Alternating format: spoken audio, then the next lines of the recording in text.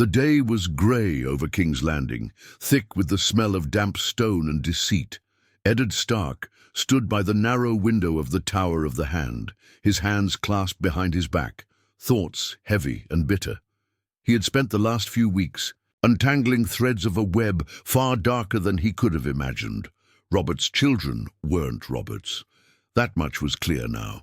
Cersei had lied, and her children were born of incest, Jaime Lannister's spawn, not the king's. But even as this truth curdled in his gut, it was another face that twisted his unease further. Peter Baelish. Ned hadn't been blind to the man's sly words and smirking charm, but he had tolerated it. Baelish was too close to power, too slick with influence, and Ned had no time for men who played games while kingdoms bled. When Baelish offered his so-called help, whispered promises of seizing the throne for Ned until Robert's brother Stannis arrived, it had sounded too convenient. And Ned Stark, Lord of Winterfell, Warden of the North, was done playing blind. That morning, he sent a raven north, a short letter written in his own hand, instructing his bannermen to begin gathering quietly. War was not yet upon them, but it was sniffing at the walls, and Ned wouldn't be caught off guard again. Instead of going to LittleFinger that afternoon like he had in the original timeline, Ned took a different path. He summoned Lord Renly to the Tower of the Hand. Renly came quickly, stepping into Ned's chamber with his usual confidence, but there was a nervous glint in his green eyes. "You sent for me, Lord Stark?" Ned nodded. "We must talk in private." With only trusted guards at the door, Ned didn't waste time. "Robert is dying," he said, "and his children are not his." Renly's jaw tightened. "You're sure?" "I am. I have proof. But it's not enough to shout the truth. We need strength. If I go to the Queen now, she'll destroy the letter before Robert draws his last breath." Renly paced, hands clasped. "Then what do you suggest?" "I won't trust LittleFinger," Ned said plainly. "He offered me the City Watch, promised they'd stand behind me if I named Stannis as king, but I've seen his kind before. He's loyal to no one. I want your help instead. Gather your knights. Stand with me." Renly hesitated. "You would name Stannis. He is the rightful heir. Whether I like the man or not, the law is the law." Renly's lips curled in frustration. "Stannis is no king. He has no allies, no charm. The people will never rally behind him."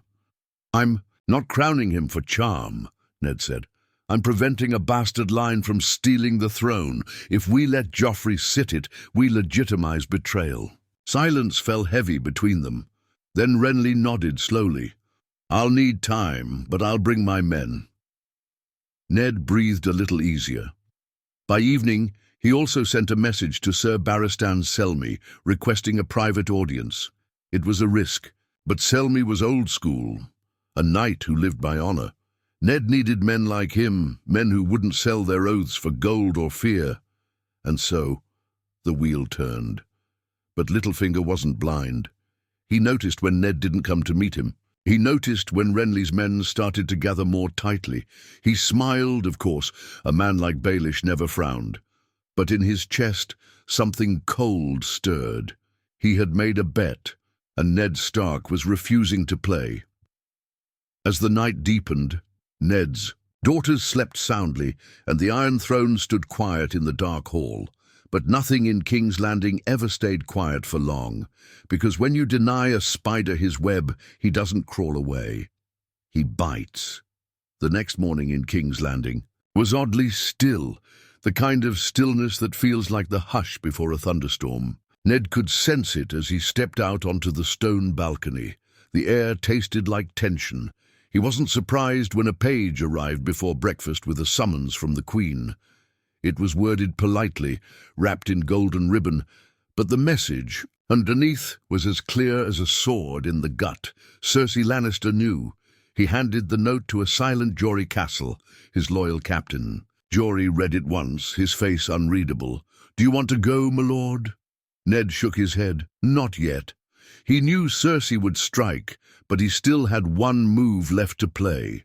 Sir Barristan Selmy had agreed to meet him privately just an hour ago, and Ned had revealed the truth without disguise or manipulation. Barristan was no fool. The honourable knight had seen the resemblance between Joffrey and Jaime himself. He asked only one thing before he left. Give me time to speak to the king. But Robert was still unconscious, his body torn from the boar hunt, and time was growing thinner than ice in spring. By mid-morning, Renly returned. He brought only 2 trusted knights with him, Sir Loras Tyrell, the Knight of Flowers, and Sir Parman Crane. I've started pulling more of my men back into the city under excuses of tournament business, Renly said quietly as he entered Ned's chambers. But I have to ask again, why not strike now, while she's vulnerable? Ned studied him. Because striking first makes me no better than her. The law must be our weapon. Renly scoffed.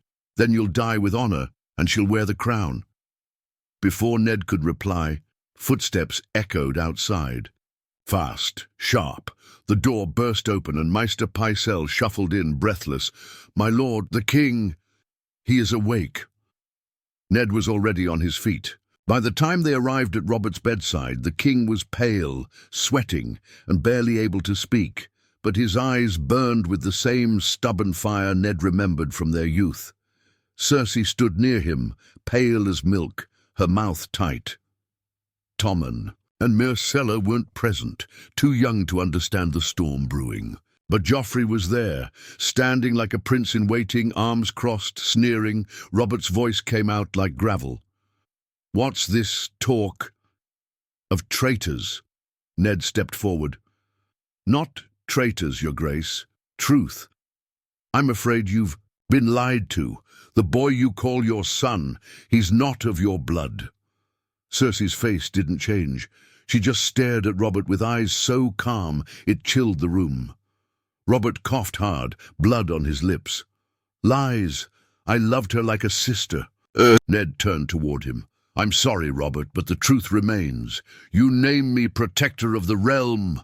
Cersei snapped, her voice like a whip. Enough! In that instant, everything unraveled. The doors flew open, and in came gold. Cloaks, the city watch, led not by Sir Janos Slynt, but by Peter Baelish himself. Baelish smiled like a cat watching mice bicker. My dear Lord Stark, he drawled. You've been busy. Renly drew his sword. Loras was already moving into position. Jory and the Stark men stood tall. Ned took a slow breath. I expected this. But Baelish just kept smiling. Did you now? Then another door opened, and Sir Barristan Selmy stepped inside. He wasn't smiling. His sword was sheathed, but his face was set in cold steel. If you mean to arrest Lord Stark, you'll need to go through me. That made everyone freeze. Joffrey's voice cracked the silence. He's a traitor. No, Sir Barristan said, stepping forward. He's Lord Stark, and he is doing what a loyal man should do, protect the realm from illegitimate rule. The room turned into a boiling pot. Cersei reached for Joffrey, but Ned raised his voice. The king named me protector. His will is right there. But Baelish no longer looked amused. And what about the people, Lord Stark? What do they want? An icy northerner, or a golden boy prince who's already loved? Then, with a signal Ned didn't see coming, the gold cloaks turned their swords, but not on him. They turned on Baelish. Janos Slynt, who had been biding his time outside the door, stepped in behind them. We don't serve spiders, he said simply. We serve the king's hand, the real one. For the first time, LittleFinger looked shaken. Take him, Ned said. And just like that, Petter Baelish was bound in chains. The room exhaled, but Cersei only smiled. You think this changes anything? The lion doesn't die just because you cut off its tail. Ned stared at her. We'll see, he said. And outside the Red Keep, 1,000 whispers began to rise. The raven flew fast, its wings slicing through the cold sky above King's Landing. It carried a message that would reach the airy Dragonstone river run and beyond. The truth was no longer a whisper. It had been spoken in the halls of power, in front of kings, queens, and steel. Joffrey Baratheon was not the rightful heir. Ned Stark had declared it, backed by Robert's own will and Sir Barristan Selmy's honour. Pater, Baelish, was in the dungeons, stripped of his sly smirk and schemes. But the game wasn't over. It had only just shifted. In the dungeons beneath the Red Keep, LittleFinger sat against the wall, blood dried at the corner of his mouth. His chains were loose, not because of mercy, but because he wasn't worth the trouble of tighter ones. And yet, even behind bars, his mind raced. The look on Cersei's face before she left the chamber stuck with him. She was not broken, she was calculating. Up above, Ned stood by Robert's bedside again. The king's breathing was shallow, but the wine kept him quiet. Pycelle fussed over the bandages while Ned waited. His mind wasn't at ease. He had won a moment of order, but the realm was still on the edge of chaos. Renly came to him with more news.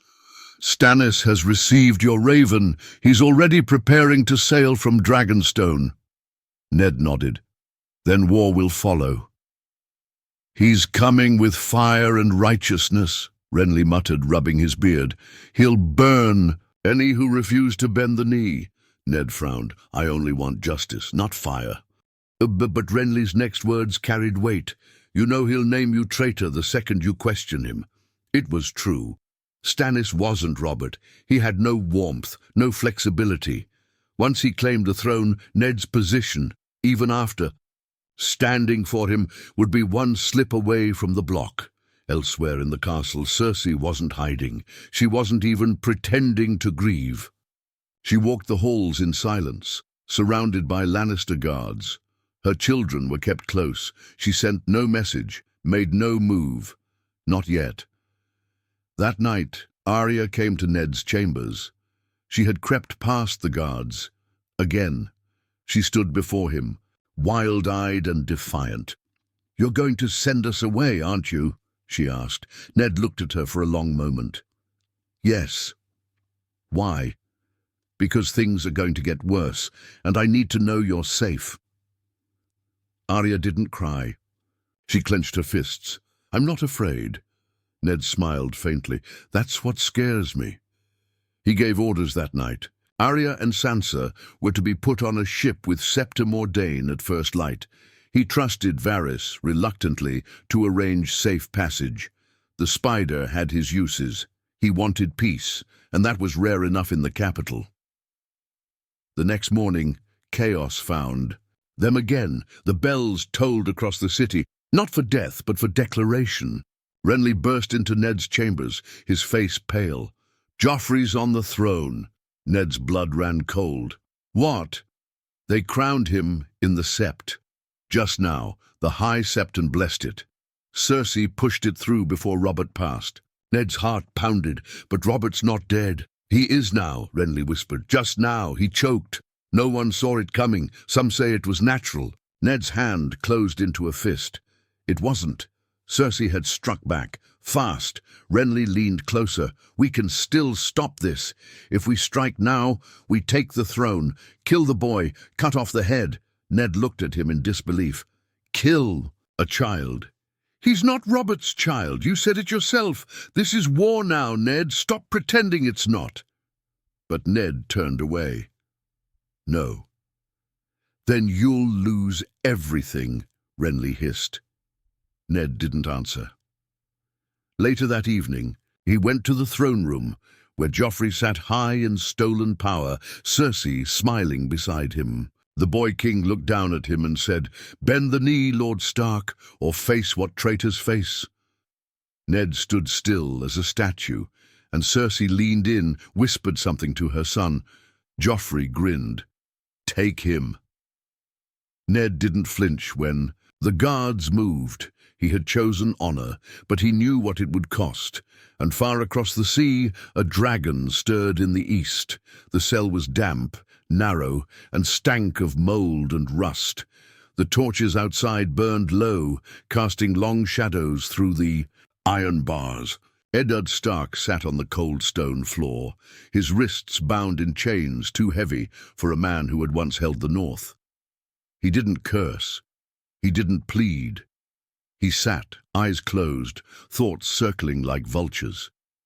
He had been a fool, not for standing by the truth, but for thinking others would honor it. Cersei had played faster, dirtier, and the realm had rewarded her for it. Joffrey now sat on a throne he had no right to, crowned with lies and blood. Ned had barely been dragged from the throne room before gold cloaks lined the halls, not to protect the kingdom, but to protect the lie. Above the dungeons, the city was already changing. Renly had vanished in the night. He left with Loras and his most loyal men, slipping out through a secret gate before the gold cloaks could seize him too. Varys later confirmed it in a whisper through the bars of Ned's cell. "He's riding to Highgarden," the spider said, his voice low. "He'll rally the Tyrells. He'll name himself king before your bones are cold." Ned didn't respond. Varys knelt beside the bars, looking genuinely sad. "You've done what few have, Lord Stark. You told the truth in the face of power. But now you must consider what comes after." "I won't lie," Ned said quietly. "Not for her, not for him." Varys sighed. "Then you may die." Outside the cell, rumors ran like wildfire. Some said Ned had planned to usurp the throne for himself. Others whispered he was poisoned by Lannisters and thrown in chains. To keep him silent, merchants debated the line of succession over wine. Peasants simply watched the sky and waited for more blood. Sansa Stark was kept in the Red Keep, isolated. She begged daily to see the king, to speak to her betrothed. She didn't understand. Cersei fed her soft lies, that her father had betrayed the crown, that he would confess and be spared. The girl began to believe them. She didn't know Arya was already gone, hidden in the guise of a boy on a merchant ship, headed north by sea with a sword under her tunic and fury in her heart. Elsewhere, whispers began to stir the great lords of the realm. At Dragonstone, Stannis Baratheon had read Ned's letter 3 times before tossing it into the fire. He believed it, of course. He had long suspected the truth about Cersei's children. But he didn't move immediately. He gathered his ships, his banners, and his rage. And he prepared to take what was his, with fire if needed. In the Riverlands, Catelyn Stark received word through a trusted rider. When she read the message that Ned was imprisoned, the girls scattered, and Joffrey now sat the throne. As she collapsed to her knees, Robb found her with the letter clenched in her shaking hand. That night, he summoned the bannerman. Winterfell stirred with steel and snow. Back in the cell, Ned was visited once more, this time by a boy, a messenger no older than 10, sent by Varys. He brought bread, water, and a question. "If you could live, if you could go north, take the Black, see your daughters again, would you speak a lie?" Ned stared at him. "Would I?" He looked down at the bread, untouched. "Would it save them?" "Yes," the boy said, "but it must be a full confession. Treason, betrayal, and you must name Joffrey the rightful king." Ned closed his eyes. That night he didn't sleep. He thought of Jon on the wall, of Arya's wild eyes, of Sansa's dreams wrapped in silk and poison. He had lost the game. But maybe, just maybe, he could still protect them. The morning of his supposed confession dawned with clouds so thick the sun couldn't break through. The sky hung like a judge waiting for a sentence. The entire city was buzzing, not with celebration, but with hunger. The people wanted blood, and Cersei knew how to give them just enough hope to keep them staring at the throne. Eddard Stark was led from his cell in chains, dressed in a plain robe, his beard longer, his frame thinner. But his eyes, They hadn't changed. They were still steady, still watching, still holding on to something deeper than pride. He said nothing as they marched him up the winding stairs to the great sept of Baelor. The bell tolled as he emerged. Into the light, its mournful clang echoing off the marble walls and whispering across the city. He blinked against the glare and saw the crowd. Thousands had come, commoners, nobles, knights, all packed in like crows to a feast. Many had never seen the hand of the king, and fewer still had ever seen a lord kneel. On the steps of the sept, King Joffrey sat in gold and silk, legs dangling, a wicked smile playing on his lips. Beside him stood Cersei, radiant and cruel. Sir Barristan was not there. He had been dismissed from the Kingsguard days earlier. A quiet insult. In Teamworm. His place stood Sandor Clegane, the Hound, his burnt face impassive. Sansa stood too, her eyes red from crying. She tried to smile when she saw her father, but it didn't reach her face. Cersei kept a hand on the girl's shoulder as if she were a beloved daughter. It made Ned's stomach twist. Varys leaned in, whispering, "Say the words, my lord. Please." Ned looked up past the guards, past the High Septon to the crowd, and he thought of Arya hiding somewhere out there alone but free. He thought of Sansa, standing like a ghost beside her enemies. He thought of Robb in Winterfell, and of Catelyn's voice in the snow. He stepped forward, and he spoke. "I, Eddard Stark, confess to treason." Gasps rippled through the crowd like wind through leaves. "I plotted to seize the throne. I lied to the Queen. I tried to install Stannis Baratheon as king. I did it all for power, and I was wrong." The words tasted like mud and blood, but he said them, every one. He didn't look at Joffrey. He looked at Sansa. She was crying again. The High Septon stepped forward. "Lord Stark has confessed before the gods and the realm. By law, mercy may be shown." Cersei turned to Joffrey, her smile tight. "He is yours to judge, your grace." The boy rose slowly as if savouring the moment. "Bring him to the block," he said. Cersei's head snapped toward her son. "What?" Joffrey raised his voice. "My mother wants mercy. The traitor wants mercy, but I say he betrayed my father, and for that he dies." The crowd roared in confusion and horror. "No!" Sansa shrieked. "He confessed! You said he'd live!" Cersei grabbed Joffrey's arm, furious. "You gave your word." "I am the king!" Joffrey shouted. "I'll do as I please." Ned barely heard them. The Hound grabbed him, forced him down. The block was cold against his neck. The executioner, Sir Ilyn Payne, stood ready with ice, Ned's own greatsword. Ned stared at the cobblestone below. The world narrowed. He did not pray. He did not scream. He thought of Winterfell, of snow falling on pine trees, of the laughter of his children, and the face of the woman who had waited too long in the north. And then the sword came down. The crowd screamed. Sansa fainted. Cersei went pale as bone. And far away, ravens took to the sky. The raven reached Winterfell as the sun dipped below the horizon, casting long orange shadows across the courtyard. Robb Stark was in the Godswood when the Maester found him, kneeling beneath the weirwood tree, his face set in stone. When he took the letter and read the news, he said nothing at first. His lips barely moved, but the paper in his hand crumpled in a tight, shaking fist. His father was dead, executed like a traitor, betrayed by the very people who had begged him to confess. Robb did not cry. Not in front of Maester Luwin, not in front of the trees. He stood, silent and trembling, then walked out of the Godswood with a slow, steady step. That night, the halls of Winterfell were quiet. No feasts, no firelight laughter, only the sounds of swords being sharpened. By morning the raven flew again, not for diplomacy, not for mourning, for war. The banners of the north were called.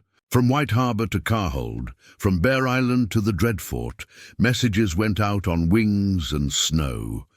House after house answered, not all with eagerness, some with grim faces and old grudges, but they answered. The Warden of the North was dead. His head rotted on a spike in the south. There would be blood. Catelyn arrived from the Vale with Sir Roderick just as the armies began to gather. She had tried everything to persuade Lisa to send men, but her sister had shut the Ares gates, tight, clinging to her boy and her fear. When Catelyn heard the truth, her knees buckled in the courtyard. He confessed, she whispered. Why would he?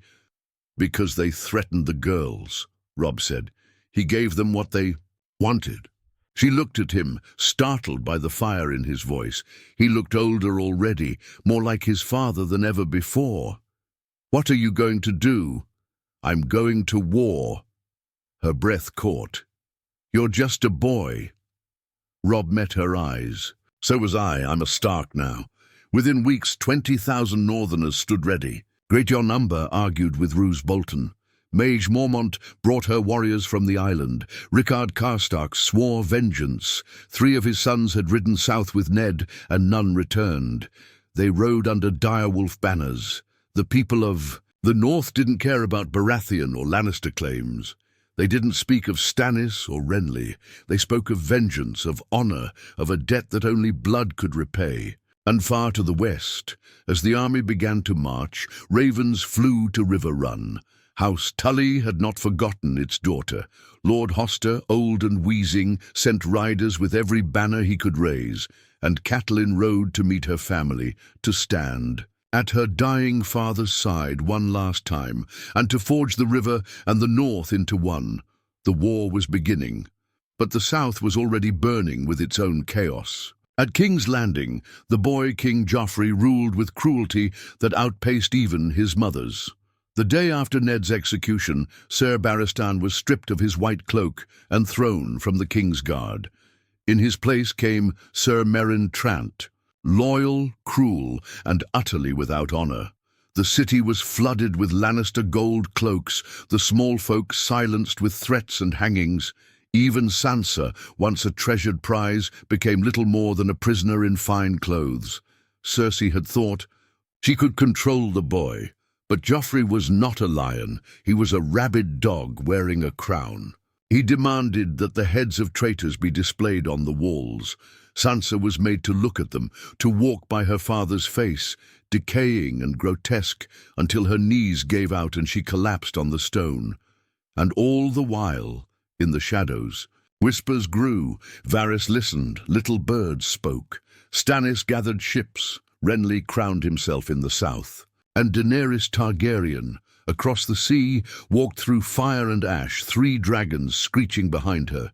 Westeros was about to drown in war, and in the north the young wolf marched, not for power, not for thrones, for justice. The Riverlands burned long before Robb crossed the neck. Lannister forces under Sir Gregor Clegane, the Mountain, had already torn through the countryside, torching villages, slaughtering peasants, hanging boys for sport. It wasn't war. It was terror. Lord Tywin Lannister didn't care for winning hearts. He wanted submission. He meant to choke River Run before help could arrive, to make the Tullys kneel before they ever raised a sword. But Robb Stark was not his father. The young wolf did not send ravens begging for parley. He sent outriders, scouts, and messages wrapped in steel. His host moved faster than the Southron lords thought possible, and by the time Robb reached the twins, Lord Walder Frey had a choice to make: betray the North and lose his head, or open his gates and bargain for power. Catelyn stood beside her son as Walder's greasy mouth twisted with greed. "You want my bridge, boy," he said. "Then you'll give me your word, your sister's hand, your loyalty." Robb nodded, cold as the frost in his blood. Done. The Freys parted and the North crossed. The first blow came swift and hard. Robb split his forces, sent Roose Bolton with a vanguard to harry the Mountain's men, while he led the bulk of his army straight towards Sir Jaime Lannister. At the Golden Tooth, the Kingslayer expected a frightened boy. Instead, he met a commander who fought with patience, fury, and the ghosts of Winterfell behind him. At the Battle of the Whispering Wood, Robb lured Jaime's men into a trap. The trees whispered only death that night. Greatjon Umber led the charge. Grey wind tore through enemy horses, and Robb Stark rode like a storm from the snows, fierce, relentless, unyielding. By morning, Jaime Lannister knelt in chains. News of his capture spread like wildfire. The realm had heard whispers of the boy king, but now it saw the truth. Eddard Stark's son had bloodied the lion. Back at River Run, Lord Hoster wept when he heard Robb had arrived. He lay in his bed, breath shallow, hands trembling, but the look he gave his grandson was fierce. "You've got your mother's eyes and your father's spine. Hold it, boy, hold it, or they'll break you." Robb met him with quiet strength. He didn't pretend to be a man anymore. He was one. War had carved it into him. Catelyn took Jaime's cell herself. She looked the Kingslayer in the eye and asked what every mother would. "Do you know what they've done to my girls?" Jaime just smirked. "Which girls? You've lost more than a few things lately, haven't you?" She slapped him so hard the echo rang in the stones. Back in King's Landing, the news hit hard. Tywin Lannister flew into a rage. "He took Jaime? That northern pup thinks he's a wolf already?" Cersei said nothing. She stared at her. Wine cup. Knowing the war wasn't going away, it was only beginning to turn. Joffrey, bored of politics and consequences, decided to celebrate by ordering more executions. He had a bard's tongue cut out for singing a sad song about Ned Stark.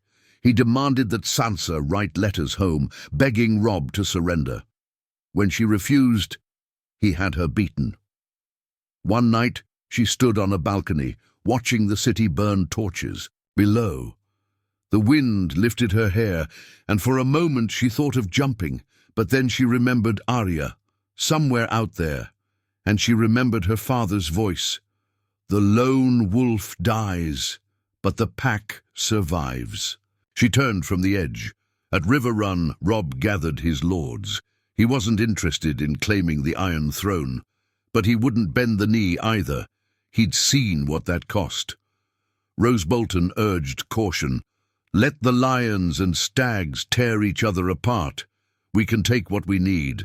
But the North was no longer a pawn in other men's wars. They crowned Robb Stark that night, not as a lord, not as a vassal, but as king in the North. The great hall rang with thunderous cries. "The king in the North!" The direwolf howled, and so the Seven Kingdoms broke once more. The banners waved high over the North and the Riverlands, but even in triumph, shadows gathered behind the throne Robb never wanted. War had crowned him king in the North, but war doesn't end with titles. It ends with graves. By the second year of fighting, the lines had hardened. Robb held River Run, his forces pushing deep into Lannister territory, but every mile gained was paid in blood. The Lannisters, though bruised, had not broken. Tywin had regrouped at Harrenhal, rebuilding his strength and digging his claws deeper into the south. Yet it wasn't Tywin's sword that would cut deepest. It was pride and promises. Robb had kept his honor sharp, just as his father had, until he didn't. After a skirmish that left him wounded, Robb was nursed by a kind, soft-spoken girl named Jane Westerling. In the quiet of a tent, while his men buried the dead outside, he let his grief open, let his guard fall, and in a moment of weakness, married her. Not Frey, not part of the deal. He had broken his oath to Walder Frey, and Walder did not forget. Catelyn knew it before the ink dried on the Raven. She said, "Nothing in the War Council, only watched her son, saw her husband's shadow in him, and the boy he used to be. Your father always chose honor," she said softly, "and it killed him." Robb shook his head. "I did what was right." She touched his hand. "No, you did what felt good. The North will bleed for that." Still, Robb pressed forward. He had Jaime Lannister, and that meant leverage. or so he thought. But King's Landing had changed. Tyrion Lannister, now Hand of the King, played a different game. He shored up alliances, prepared for siege, and turned the city into a fortress. And far across the narrow sea, Daenerys Targaryen marched with her dragons, free cities burning behind her. Back home, Bran and Rickon were still alive, still in Winterfell, until Theon Greyjoy, Robb's childhood friend turned traitor, seized it. He burned the Stark banners, slaughtered those loyal to Robb, and hung 2 blackened corpses to show his rule. Robb received the news during supper. He stood without a word, walked to the edge of camp, and screamed into the wind. Then came the second crack. News reached Riverrun that Jaime had escaped, released, set free by none other than Catelyn Stark herself. A mother's desperate gamble, hoping that the Kingslayer would trade his life for her daughters. Robb was furious. She had no right, he muttered. No right. But deep down he understood, and worse still, Jaime did not return Sansa or Arya, because Arya had vanished and Sansa, still prisoner in King's Landing, had just been wedded to Tyrion. The wolves were scattered. The war ground on, slower, bloodier. Men died in ditches for castles that didn't matter. Robb's bannermen grew restless. Rose Bolton, cold and quiet, watched and waited. The phrase offered a chance to mend old wounds, an invitation to a wedding. Lord Edmure Tully would marry one of Walder's daughters at the Twins, and the phrase would rejoin Robb's cause. It was a trap. Robb marched anyway. They arrived at the Twins under a sky thick with rain. The wedding feast was filled with laughter, wine, and songs sung too loudly. Catelyn's eyes never left Walder Frey. There was something too rehearsed. In his cheer, too forced in his generosity. And then the doors closed. The music changed. The crossbows came out. The red wedding. Catelyn screamed as they cut Robb down. His wife, his unborn child, all slaughtered before her eyes. She took a knife, grabbed a Frey girl, begged for mercy. "Please," she cried. "He's my son." Walder only smiled. "And I've buried sons too." Then the blade slashed her throat. Silence followed. A silence colder than northern snow. The king in the north was dead. Back in King's Landing, word arrived wrapped in joy. Tywin Lannister toasted the end of the rebellion. Joffrey laughed too loud. Sansa wept in silence, her face hidden behind a smile. But something in the realm shifted that night. Honor had died with Ned. Hope died with Robb. But vengeance lived on. In Arya's whisper, in Jon's blood, in the howl of a direwolf echoing through snow-covered trees, reminding the world, the North remembers.